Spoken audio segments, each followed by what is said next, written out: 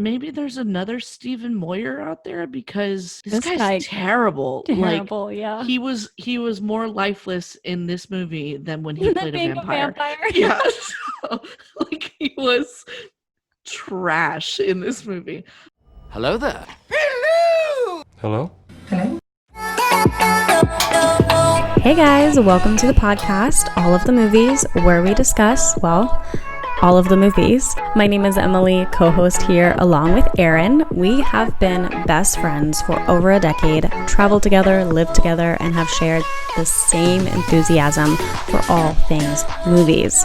So we decided to start recording our movie conversations and create a joint YouTube channel, now podcast, to share with all of you guys. Thanks for watching or listening, and let's get into this week's episode. Hey guys, welcome to this week's episode. So glad to have you here. My name is Emily, co-host here with Erinn. Boop, boop, doo, doo, doo, doo. Little theme song there. Sorry. Don't laugh at me. So this podcast is about all of the movies and apparently weird jingles that we come up with on the top of our head because awkward. Okay, so moving on. Thank you for watching or listening to this episode. First things first, you can subscribe to our YouTube channel, hit the bell notification so that you never miss an upload, which we will be doing every week, hopefully on a Monday, but at least weekly on Because life happens. Those days. Yeah. And then also streaming on podcast services. You got Spotify, you got Apple, you got Google, all those places. So check us out there, and you can follow us on wherever you stream your podcasts if you like listening or watching. All right, so let's get into this week's episode, which is going to be a twofer movie review. Ooh, twofer. Yep. So what we're doing is Erinn watched a movie that she has never watched, but I have. And then I watched a movie that Erinn has seen, but I had never. So we're going to... And we have talked about both of these movies in a previous episode, so... We have. I'll, if you're watching on YouTube. Link those below. So, Erinn, what movie did I recommend you watch? Recommend or force, whatever. Hey. Forcibly recommend. No. So, all joking aside, the movie that I watched was Princess of Thieves, starring one Keira Knightley. And yeah, we can kind of jump right in, and then we'll go into the movie that I forced Emily to watch. So, Princess of Thieves is the story of Robin Hood's daughter, Gwen, and it is Keira Knightley, Stephen Moyer, so any fans of True Blood out there, Bill. This movie is basically Gwen kind of grows up without Robin Hood around. She's raised kind of almost as an orphan, because you find out that her mom has died and her dad is out, stealing from the rich and giving to the poor, all of that jazz, being Robin Hood. So the story is very much about her, and it was an experience watching this movie. I think it's one of those movies that you have to watch, I think, as a kid or as a teenager maybe, to enjoy it in a way that could transcend into adulthood. Because for me, not the biggest fan of it. I thought it was a great TV movie, Which it was, yeah. Cool. So definite TV movie. And there is a reason that I had to find a pirated version of the movie and that it's not rentable anywhere, because I would have been pretty ticked had I paid $5 to rent this movie. Yeah, it was good for a TV movie. It was, Keira Knightley's great in it. I think she's fantastic. Stephen Moyer is kind of weird. Their chemistry is terrible. I'm happy that, the end happened the way it did with them. Robin Hood is kind of a jerk. Mm-hmm. I just was conflicted. Yeah, I'm not a super fan of this movie. So if anyone out there has seen The Princess Bride, people who watch that movie when they're young in their like adolescence are the people who are like diehard fans of that movie.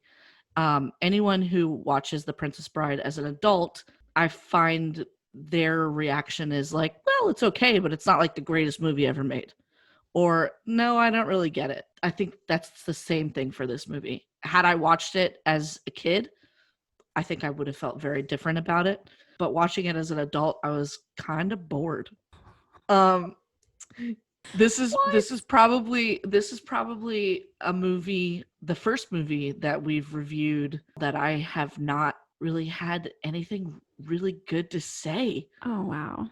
Yeah, I kind of hated it. So a little background if you haven't seen that episode that we mentioned this movie in, it was That was kind of a vicious review. I apologize. It was a but Take it's Me the Back truth. episode with Keira Knightley, and I always think of Keira Knightley in this role because when I was a little girl, 9, 10, 11, when this movie came out, it's all I would watch. Like I had the puffy jacket for the VHS. Like it was just like on my nightstand and I would watch it all the time.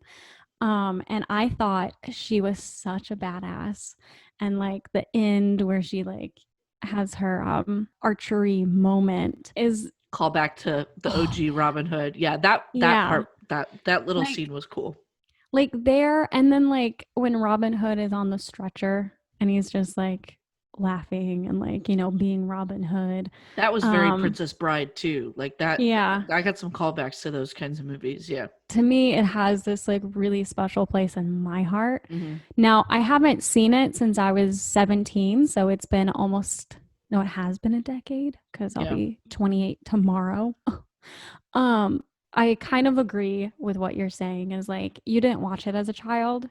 Yeah. And so it has like this fond place in my heart. It's the and- nostalgia factor. It's a very Yeah. real thing. And it had a big, like, after watching that, and then a little bit later, Tomb Raider and like those women like roles, and even the animated Mulan, you know, those movies Defining really characters. spoke Yeah. to me. And Keira Knightley, I think that really cemented her role in my head. And she's Mhm. always played like a very strong-willed, thinking for herself female. So maybe she got typecasted, but I think she plays those roles very well. And so Had I the love same this movie. vibe in this movie as she did in Pirates of the Caribbean. Mhm. Same kind of character. Yeah. But yeah, definitely played to her strong suits. I think that her youth in this movie, as far as, so again, if it's the first movie that you've seen Keira Knightley in, then you're going to get a different feeling versus me, who I've seen her be all of these other characters, and the talent that she that she displays in movies Mhm.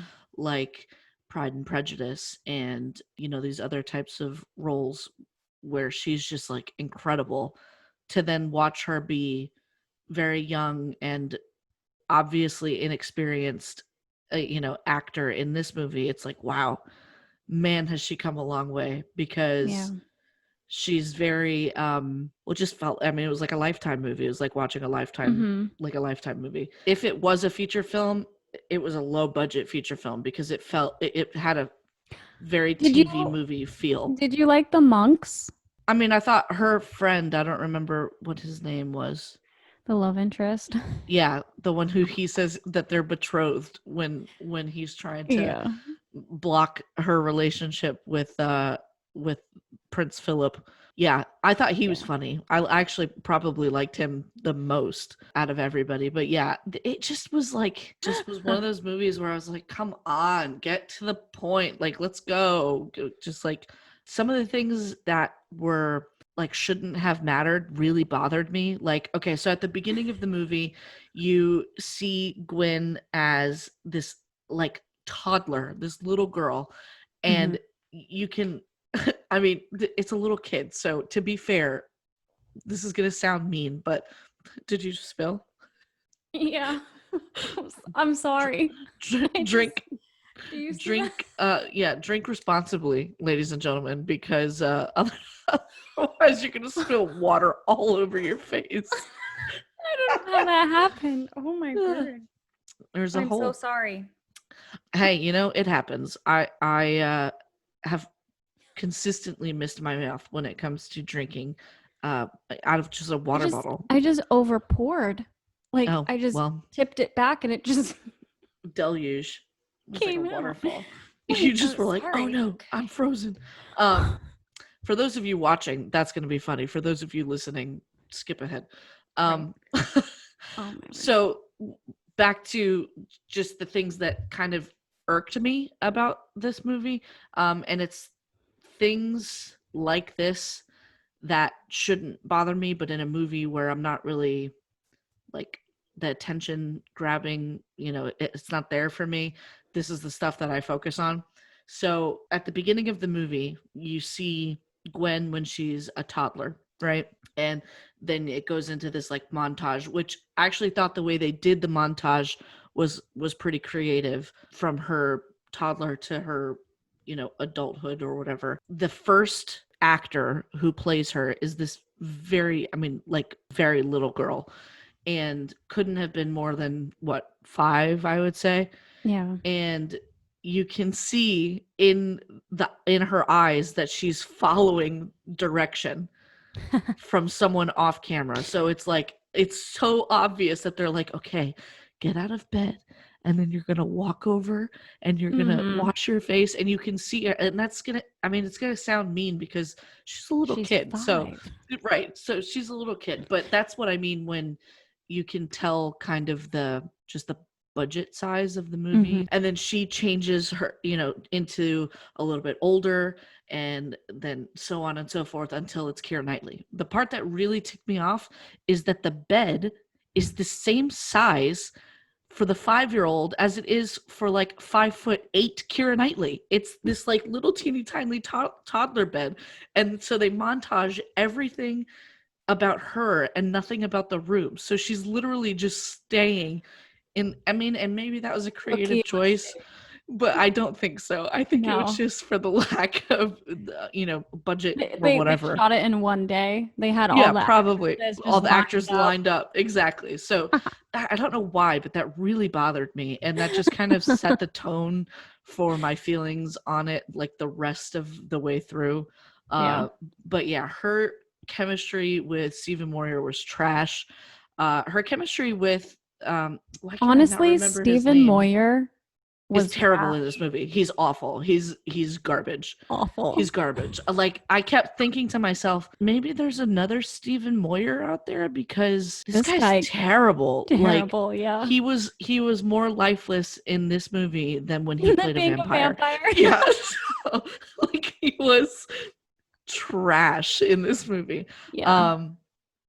The guy who plays Conrad, so Stephen Moyer's character is Philip, and he is Richard the Lionheart's son. And Richard the Lionheart, at the beginning of the movie, he's dying, and so they're trying to smuggle Philip basically into England. He's basically got a death threat on him from the king, the king's brother, his uncle. And so he's got this guy traveling with him, a king's hand or prince's hand. Philip's manservant guy, Conrad. His lookalike, his double, which I thought they did a really good job with that, because they did look a lot alike. I liked him better. They should have continued that trade and just had him be Philip and Stephen Moyer be Conrad, because like that would have worked out better. I thought he was a better actor. Yeah, Stephen Moyer was terrible. Awful. Absolute trash. The only person that I thought did a really, really, really good job, who you hate just as much as you would in any Robin Hood movie, is the sheriff. He was lights out, incredible, like scummy as ever, just awesome. Robin Hood was a jerk. I did not like Robin Hood until like the last 5 minutes of the movie.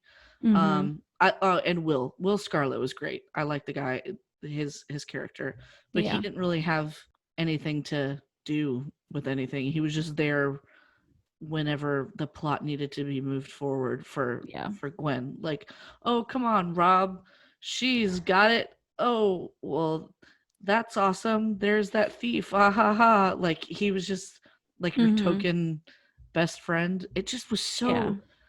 so bad. It was so bad. And I just kept thinking to myself, like, man, Emily's gonna be so mad at me because I hated this movie so much. And it's like a defining movie for you, but Yeah. turnaround's But fair play, and I know you're gonna hate Heat, or you would have hated Heat. So we'll so get to that. yeah. Actually, we can get to it now if you want. Yeah, let's get to it now. Spoiler alert, the movie that I watched was Heat. It's a 1995 film with Al Pacino and Robert De Niro.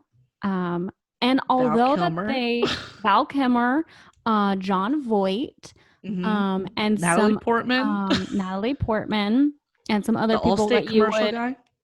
recognize their face. Yeah, I was about to Yep. say. You're like, oh, I recognize who that is. Mm-hmm. So they had a lot of people in He there. was not in good hands. Michael, Michael Mann was the director, and I want to start with that. Okay, so this movie, the director is Michael Mann, and a little bit that you might recognize him from is Last of the Mohicans, Miami Vice, the TV show. Mm-hmm. He wrote that, and then he's the one who also made the movie with Colin Farrell. Mm-hmm. Yeah. Mm-hmm. Collateral with Tom Cruise and Jamie Foxx, and also Black Hat with Chris Hemsworth. I never saw Black Hat. I wanted to, but I never did see haven't it. either. I always But got a swordfish vibe from that one, but I never watched it. yeah, he also did Public Enemies. Oh, that's right. I forgot about that. Yeah, and so a lot of people will describe him as like a stylistic crime genre director. However, for this movie, Michael Mann said that he doesn't think that this is a crime genre movie. That although it has to deal with a heist and a thief, it's not that he doesn't want it pigeonholed pretty much as just another genre movie. And he explains that by saying that although there is the heist, so you have Robert De Niro and he is a thief, a bank robber, and Val Kilmer is his partner person. And then Al Pacino's character is like a police detective. Yeah, Major Crimes, I believe, is the unit he's in. Yeah. Yeah, exactly. And so it's like a cat and mouse chess game type crime movie. However, long bits of this movie, every other scene almost, is family drama and life stuff. So you have Val Kilmer, his wife is Ashley Judd, which I love everything she is in.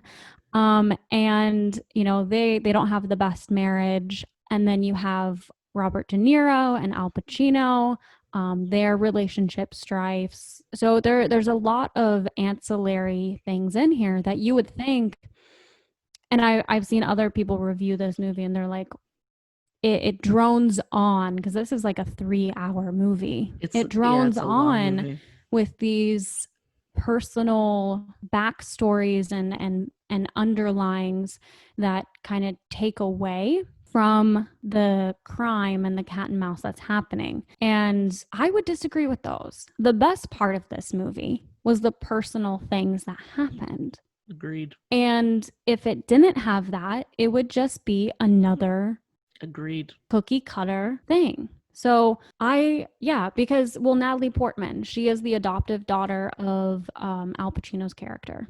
Mm-hmm. And towards the end, she, like, trigger warning, she slits her wrist and her thigh. She's in the bathtub of like the hotel that they're staying in. And I really liked that when he came in to the hotel, he didn't straight away go to the bathroom. He walks through. You don't even know what's happening, but you see like the water on the carpet. He walks to like the balcony and then he like sees the water and he's like, what the heck? He like opens the door and then you see him like all shocked and picks her up. And Natalie Portman plays really well as an unconscious She's incredible in this movie. person. She's not in it for very long, but she's really not. It's only like maybe 4 or 5 scenes, if that. She leaves a mark. I will always say that Natalie Portman is like the best actress of our time right now, hands down. So this movie, I actually liked this movie. Okay, We did it. so and I'll tell you why. I thought you were gonna hate it. No, I'll tell you why. Lethal Weapon has the same feel in parts, especially like the third one. When you get Renee. What is her last name? My I'm mind blanking just completely. Blank. Russo. Yeah. Renee Russo. Zellweger was the only. I was like, that's not who it is. That's not who it is. But Renee Russo. I love Renee Russo, by the way. I do too. She's incredible. But Lethal Weapon, totally different. But I'm talking about like the feel of that movie, that like 90s cop It is movie. very 90s. And Al Pacino, although he's the law, he's not a good guy. He might even be on par personally with Robert De Niro's character as like bad. But since he's on the good side of the law, he's like the guy that you're kind of rooting for. And then you have Robert De Niro, who's on the bad side of the law, but they're still one and the same. Like they're 2 sides of a coin. Exactly. And I think the last scene of this movie is so good because also, so Anthony, he's always played chess, and right now he's working on getting ranked, because like when he was younger he actually won tournaments and everything with chess. And so we've been like going through chess and tactics and planning steps ahead, and then also you know, all of those openings, closings, that sort of thing. And within this movie, whoever, I think it was Michael Mann who wrote this movie as well. I know he directed it, but I don't remember who wrote it. Anyways, whoever wrote this movie really knows how to put that feel into the movie. Because at the very end, you see like they're at the airplane area. Airplane area. The airport. The airport wondering.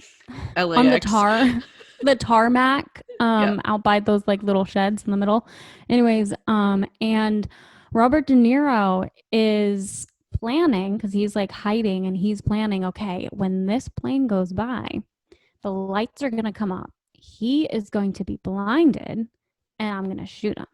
So the lights come up, Robert De Niro's character comes out, but Al Pacino sees his shadow in the lights and shoots him instead. Spoiler alert, sorry. Robert De Niro's character dies. But it's those type, and like the whole movie has like little tactics in there too, of like almost getting it, but then like the cat and mouse. But so I really, really liked that. So like Robert De Niro was planning something and you're like, oh, that's so smart, he's gonna shoot him. And then Al Pacino's character is like, haha, it's a check, but it's not a checkmate. Watching this movie, you never expect Robert De Niro's character to die. The whole time you think he's gonna get away the entire time. Yeah, because I thought that was brilliant. He's pretty smart in this movie. Like he's a good bad guy. Yeah, and even Al Pacino, really, he's like, that's it. He's gone. He's in the wind. Adios. Yeah. Like he's gone. He got away. I do want to bring up 3 poignant parts in this movie, at least to me. One of them was when Val Kilmer, he gets pretty much trailed and you think he's going to get caught because they have his wife and they're like, you just got to go to the window. He's going to pull up. We're going to get him. She gets out there and you think like, oh yeah, she's going to turn on him because they don't really have the greatest marriage. They don't have a great marriage. But she gets out there and he's already been shot. So he's like wounded. He's down. And he looks up at her and kind of gives this like, oh, it's you kind of smile. And then very familiar, loving. Mm-hmm. Yeah. And you can tell that she recognizes that and gives a smile back to him. Like, I'm glad you're okay kind of thing. And then she, with her hand, kind of waves like a no-go. And so he can escape. The other poignant part was the very last scene. Robert De Niro is covered in blood. He's been shot. He's dying. But Al Pacino sort of respects him in a way because they are so similar. And I think that they understand each other very much. So he goes over and he holds his hand in a very bro way as Robert De Niro dies. They don't talk. They don't say anything. They just, oh, well, Robert De Niro does say, it's I told you I'd never go back. Yeah. And Al Pacino Yeah. goes, yep.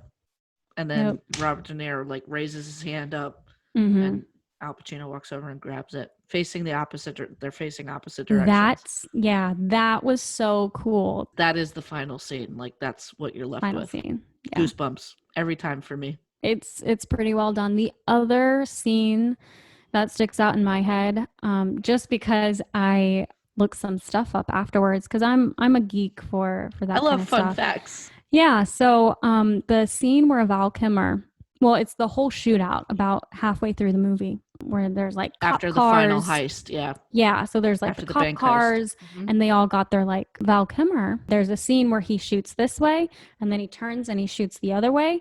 And then he turns and starts shooting that way. And then his clip runs out. So he ducks down, he exchanges his clip, and then he gets back up and starts shooting again. And it's all done in one take. So what I found out is that all of the members who were going to be doing that scene and other scenes like that, they actually trained with the British Special Air Service. That's awesome.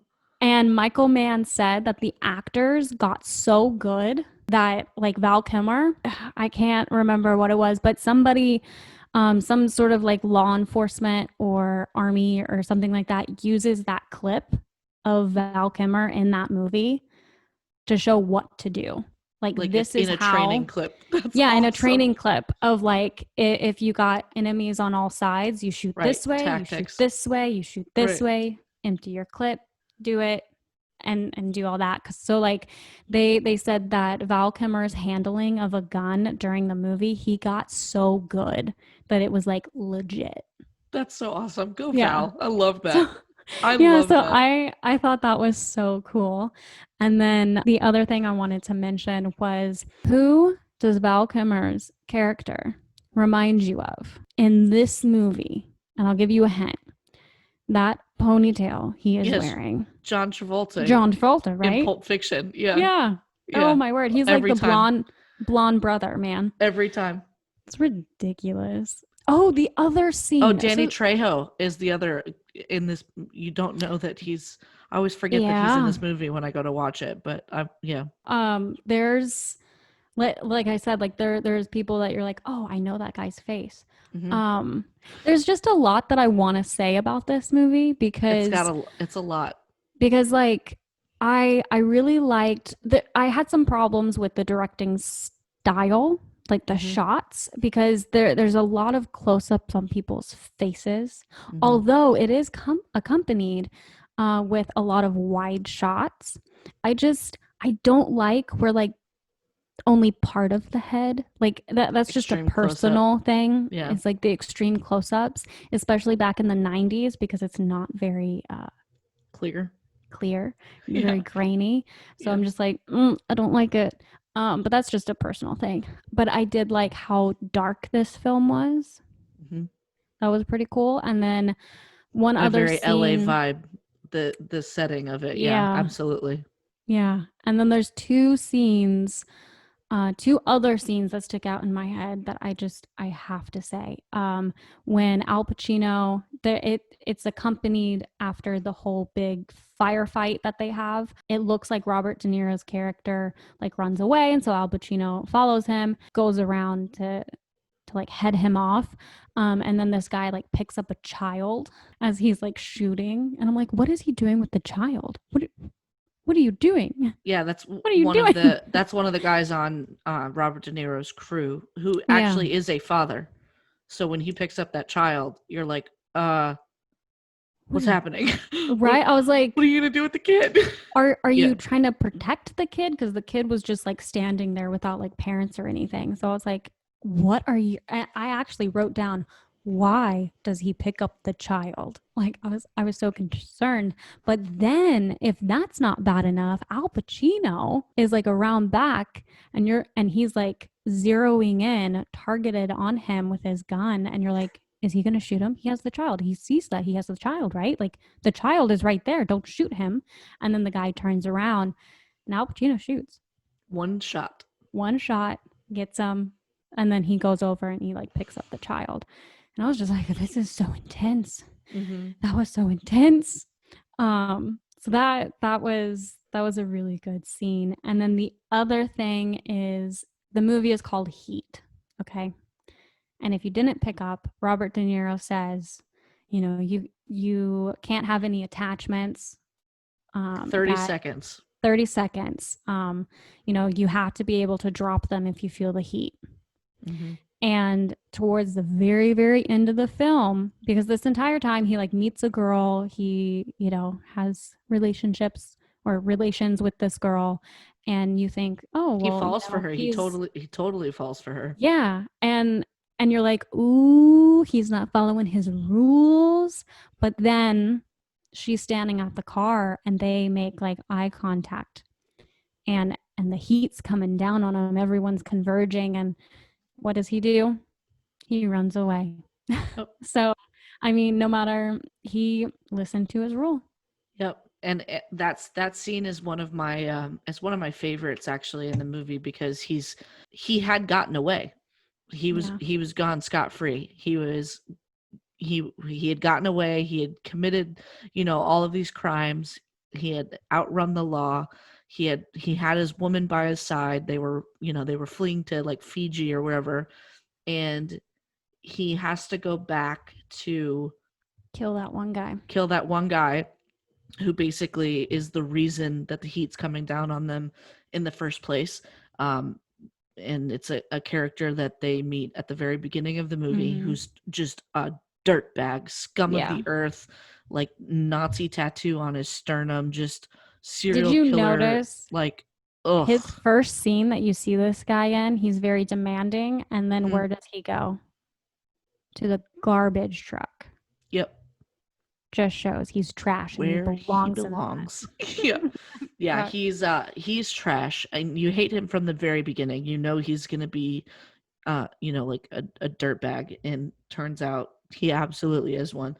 So he causes all of these problems and is the reason behind, you know, two of the people on Neil's crew, which is Robert De Niro's character, his crew being killed, and Val Kilmer's character getting shot. Like, he's the reason for all of this mess.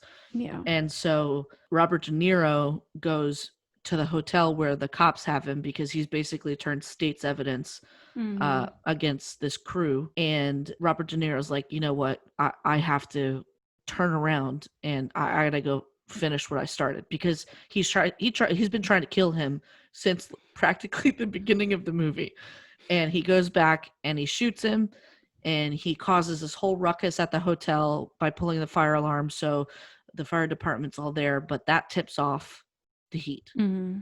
And so the scene where he goes back out to the car where Edie, his love interest, is waiting, and they make eye contact, and he smiles, and he's like, I did it. You know, we did it. I'm here. We're good. I accomplished everything that I needed to accomplish. And then he looks to his right, and Al Pacino's character is just staring down, you know, looking basically right through him, because all these people, you know, all the commotion, but these two guys are standing completely still. Yeah. And then he looks back at Edie, and he starts to run away. And if that's not one of the most powerful scenes in the whole movie, I mean, you everything you picked up on is like, it's all the stuff that I love about this movie. It's everything. It's so much more than just a cop thriller, you know. Yeah. It really is. If anything, it's like a drama, like a life drama, and the antagonist is the fact that he's a thief, you know. Yeah. Like, yeah. it's not ancillary. Like, it totally is. it's secondary to the whole. It's a means to an end, really, of the Mm-hmm. characters.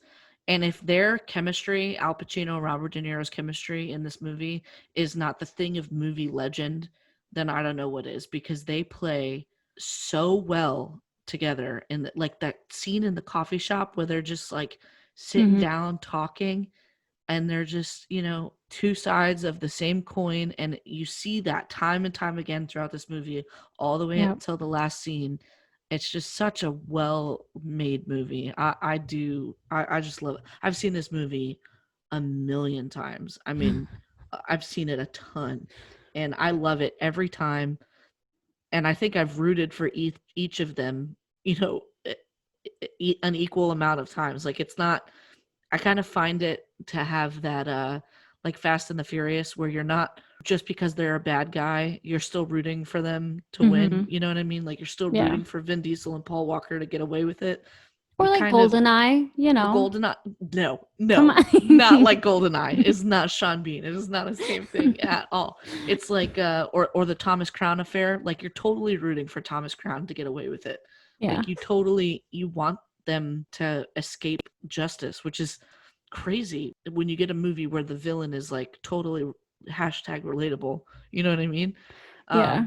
I think that just in this movie, both of them were so relatable that you almost want It should just work out. a stalemate. Yeah, like you don't Yeah. want either one of them to win. Oh, fun fact. So I read that the director in an interview said that as he was writing this movie, oh yeah, he wrote it. Of course he did. Duh, Emily. Anyway, so when he was writing it, like halfway through, he didn't have an ending yet. And so, but then it dawned on him what the ending had to be. It had to be Robert De Niro's character, Neil, dying. And that's just how it had to be. And so what he did was he started, once he had his ending, he started putting clues and how like the meetings between them, like the two sides of the same coin kind of thing. Mhm. That's why it's in there so much, is Mhm. because he wanted it for you to pick up on that for the end scene, because they hold the hands and they're opposite each other. So you see a face and the backside. So you see two sides of the same coin coming together at the very end. That's why he did that, which is like super cool. Yeah, no, Man, I'm glad you liked it. I was nervous. I didn't think you were gonna like it. Is it my favorite? Will I watch it over and over? Probably not. It's a hard movie to watch. But if somebody, was like, hey, yeah, let's watch Heat, I'd be like, oh, okay, yeah, sure. I got 3 hours to dedicate to this movie. Yeah, it's a long movie. It's a long movie. So I wouldn't mind watching it again. But is it one that I'm gonna go to and be like, we gotta watch Heat? Probably not. Yeah. But I will say it is good. It is so good. It's more up my alley, because it's more of a cop, like cat and mouse game, which I like more than gangster movies. Yeah. But did you like The Town with Ben Affleck?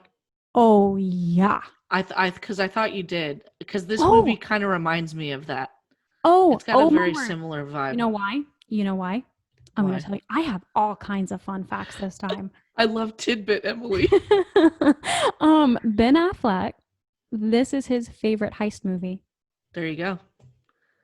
He wrote the Town, like The Town is his movie. So he drew inspiration probably from. You can tell this. just the shootout scenes, the camaraderie between the masks are hockey masks, absolutely. They have a very similar aesthetic that way. Yeah. And I thought I was afraid you weren't going to like this movie. I'm glad you liked it, even just to be good. I mean, I think this movie's a masterpiece. I've seen it a lot, but it is a hard movie to watch. It's not one that I can, watch over and over again. But anytime someone's like, "Oh, I haven't seen it," I'm like, "You have got to watch this movie. It is so good." To wrap this episode though, I will leave you with one more tidbit, because this one's super fun and I have to say it. But okay, so we've both seen The Intern, right? With Robert De Niro and Anne Hathaway. Anne Hathaway, yep. So, you know who makes a cameo appearance in that movie? Michael Mann. No way. When they're doing the Tai Chi class, Yeah. Michael Mann is one of the Tai Chi No way. classmates. Yeah. That's so awesome. Isn't that great? I love that. So many years after, he gets to have a cameo in Robert De Niro's I wonder how movie. many movies because that seems to me like a very relationship-y type, like very Ben Affleck, Matt Damon kind of thing to do. You know what I mean? Well, So I wonder if they've done other movies together. Or The Insider. The Insider. I think Robert De Niro played in that one too, and it's a docudrama that Michael Mann did. Okay. But I think that's the only other because it's kind of like Scorsese and DiCaprio, you know, like or Tim Burton and Johnny Depp. Like Johnny Tim Depp's Burton like and practically every movie that Helen Tim Burton, Bonham Carter. Yeah. But yeah, so I think that's a wrap on this episode. You hated the movie that I loved as a child. So bad. It was so and bad. No, I get it. I get it. I really do think that had I watched it as a kid, I would have liked it more. So if you have children or you are a child, watch Princess of Thieves, because it's decent for that. But I think maybe it doesn't hold up so well was the problem. I would agree with that. It doesn't hold up. Because you said you haven't watched it in over a decade. Yeah. I would go watch it again and just see if you feel you'll probably still love it.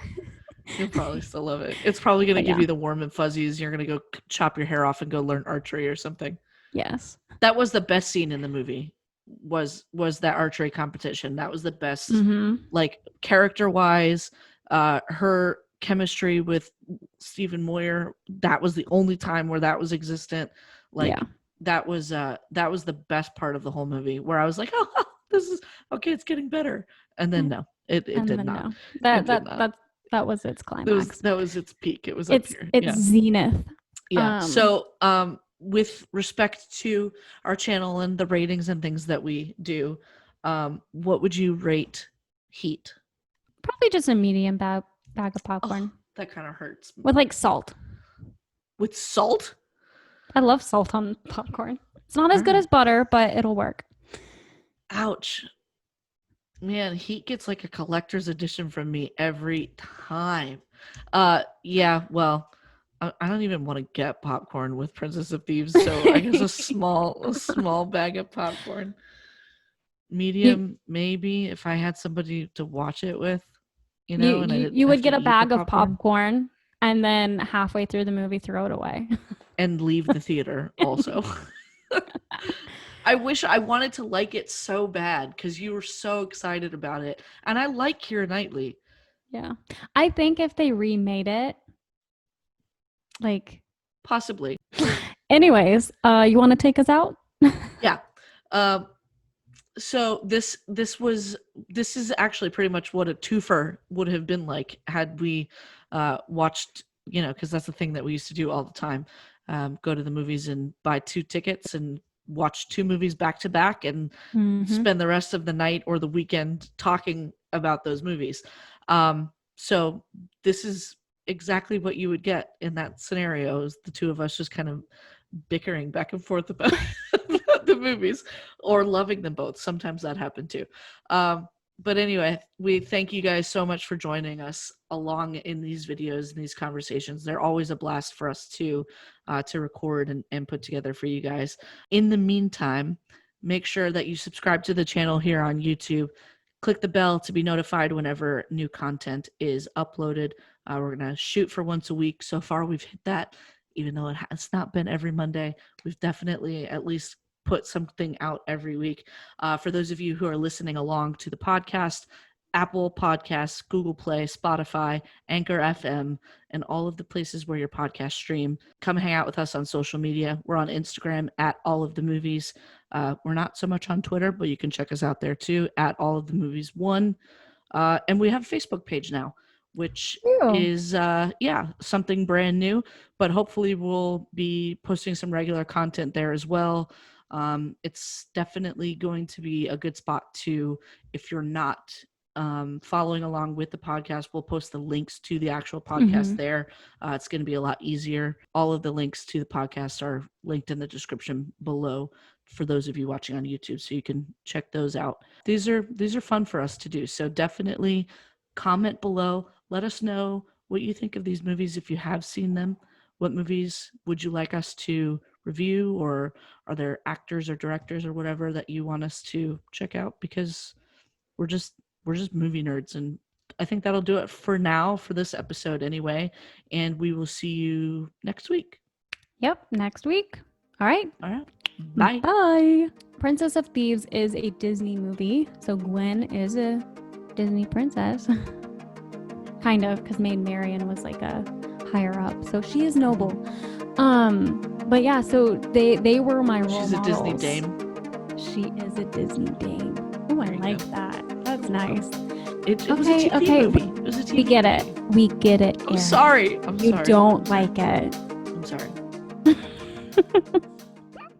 Hey guys, thanks again for joining Emily and me for this episode of All of the Movies. We're both so excited to bring you in on our discussion of the things that we love about film. So make sure to subscribe to the channel on YouTube or wherever you stream your podcasts. We'll be at it again next week with some more amazing content, so don't forget to enable notifications so that you never miss a new upload. Of course, connect with us on Instagram at All of the Movies and on Twitter at All of the Movies 1. We'll catch you next time, but for now, that's a wrap.